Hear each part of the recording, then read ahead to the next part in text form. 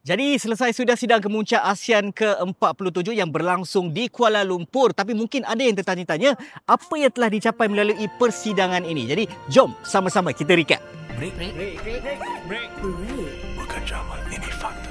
Sidang kemuncak ASEAN ke-47 kali ini betul-betul bersejarah. Timur Leste rasmi jadi anggota ke-11 ASEAN dan yang paling mencuri perhatian, Presiden Amerika Syarikat betul-betul datang. Siap ajak Perdana Menteri kita naik kereta sekali. Bab keamanan pun tak ketinggalan. KL Peace Accord dimeterai, menyaksikan Thailand dan Kemboja berdamai di Kuala Lumpur. Dalam sidang tertutup, PMX bangkitkan isu Gaza secara berani terus depan Presiden Amerika Syarikat. Malaysia juga umumkan kesediaan bersama Pertubuhan Bangsa-Bangsa Bersatu bagi membantu Gaza. Tak cukup dengan itu, Malaysia dan Amerika Syarikat tanda tangan perjanjian perdagangan baharu. Maknanya, ekonomi kita akan terus berkembang dengan lebih banyak peluang pelaburan. FIFA pula umum ASEAN Cup pertama disaksikan sendiri oleh PMX. Selain itu, ASEAN dan China juga setuju naik taraf perjanjian perdagangan bebas untuk memperluas akses pasaran dan kukuhkan rantaian bekalan serantau. Sebenarnya banyak lagi yang kita capai, tapi yang tadi tu dah cukup tunjuk sidang ini berjaya dengan cemerlang. Dan kini secara rasmi Malaysia serahkan baton kepengurusian ASEAN kepada Filipina